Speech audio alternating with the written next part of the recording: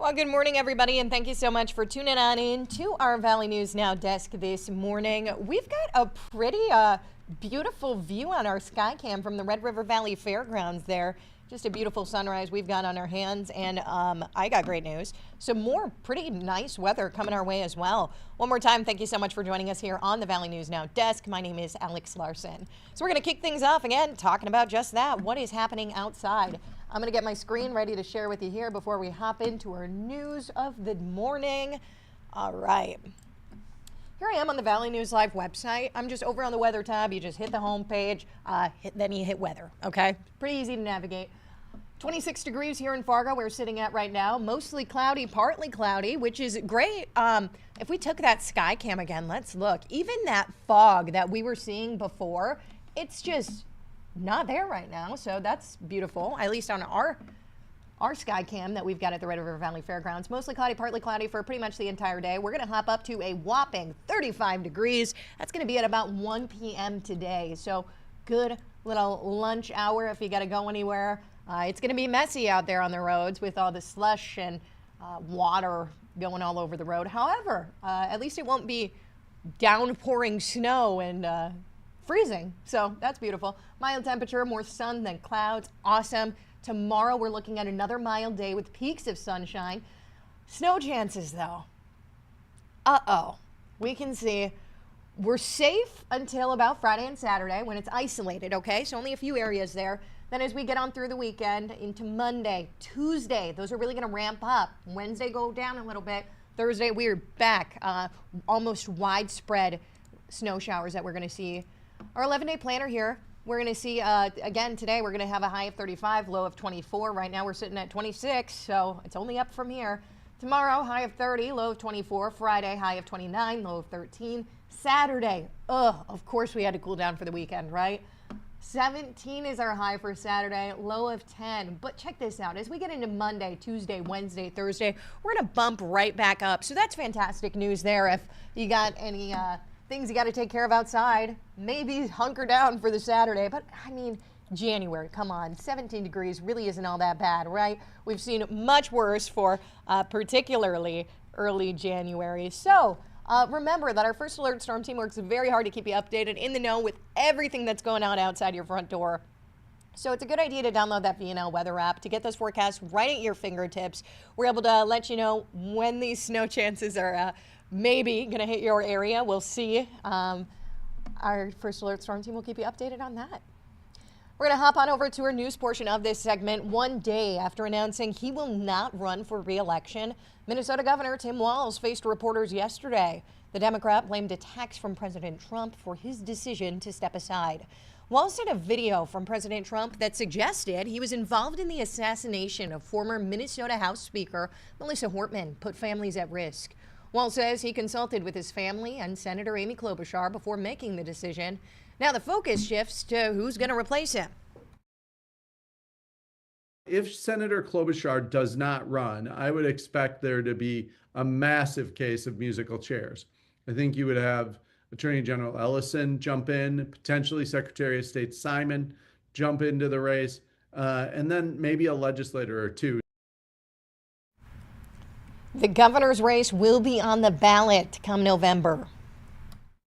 You'd always want to give yourself the best grade. So I would be in the A area, but my biggest regret is not getting everything done.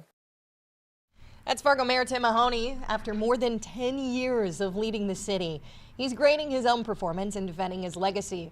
We had a one-on-one interview with Mayor Mahoney, and Valley News Team Cindy Zatz is going to bring us more. Let's take a listen. Over a decade as Fargo's mayor, Tim Mahoney's term is coming to an end. A decade filled with ups and downs. City leaders say the city of 137,000 people carries at least $1 billion in debt. Debt, the mayor says, is normal for a city of its size. Some people get alarmed about it, but it's always been sitting there. Our debt has been slowly going up as we get to be a bigger and bigger city. It's what is your mechanism to pay off the debt that is more important for people to understand. And there are mechanisms that pay off that debt. Mahoney says sustainability is something he's yearned for during his time as mayor. We have sustainability that is the work of property tax, services involved, and sales tax. And that has really been the core of what goes on in our community, and it works. In the last 6 months of his term, several candidates have already started vying for his seat, including North Dakota Senator Josh Boucher and Deputy Mayor Denise Kolpak. Kolpak used the term dysfunctional when launching her campaign. Oh, I don't think that's the right phrase. There's some things going on with the commission because we're into politics right now in which the commissioners are getting political early. I think the commission functions very well, and we've done a lot of great things all the time I've been here. Mahoney also says he's improved transparency with Fargo Police and Chief David Zabolski. Following the deadly August 3rd shootings, Zabolski held a press conference 36 hours later. Mahoney at the time said he was anticipating a press conference the day of the shootings. Moving forward, he says things are for the better. I meet with him every week and we talk about different things. I think the media relations has improved. I hope the media relations has improved. Mike Reddinger and I have sat down and gone over the concerns that we had, and we feel that the chief has addressed those. Through the ups and downs, there's one thing he wants the public to know. I thank the residents for letting me be mayor, and I hope they've seen good results. So as one voice of leadership fades from Fargo, a new mayoral candidate is speaking up and stepping into the race. And we had mentioned him there, State Senator Josh Boucher officially launching his campaign. We'll pull up some video. He served Fargo, in the North Dakota legislature since 2013. He told us his platform is honing in on critical issues facing the city, including public safety, housing affordability, and fiscal responsibility. However, Boucher says his primary focus is going to be bringing a fresh perspective to City Hall. I will be the only candidate likely who has voted to reduce property taxes, making sure that we keep our budget in line with that 3% cap that was put on by the legislature, but also making requests for tweaks if we need to make sure that we're meeting the needs and the priorities of folks throughout Fargo.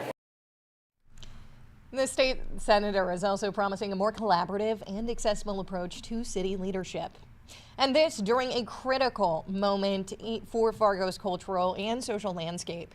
The Fargo Arts and Culture Commission is now scrambling to develop a response plan. So a memo from the mayor dated Monday called for a vote that could disband the board.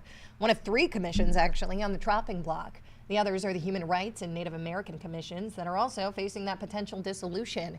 Doing a 180, the mayor did vote with other city leaders to postpone the vote to dissolve these groups on Monday night, giving them a chance to revise their operational plans. Arts and Culture Commission says it's too early to know the exact revisions, but they are already hard at work. We've had these organizations for a long time. It doesn't mean we have to take them out of the community they're built in and put them somewhere else. It means we need to double down on what it is we're doing and really strengthen that. So Fargo City Commissioners are expected to approve these plans or disband the boards. That is going to be within these next 2 months. And it is time to talk about our health. We're turning to North Dakota where flu cases are on the rise. On your screen, I'm going to pull this up for you. This is in just 1 week. Numbers skyrocketing across the state with Cass County leading in current cases of influenza. Kids ages 9 and under are reportedly getting hit the hardest. Experts say to protect yourself, be sure to wash your hands and please stay home if you are sick. And now as we are in the middle of this first week of 2026, this first full week of 2026, I want to talk about what is coming to town this year that we are looking forward to here. I'm going to get my screen ready to share with you, and we will talk about just that. Valley News Team's Austin Carisu put this together for us this morning. So, lots of anticipation as new businesses begin to open their doors. As many of us know, or maybe have been in the line to get some, Taco John's making its comeback.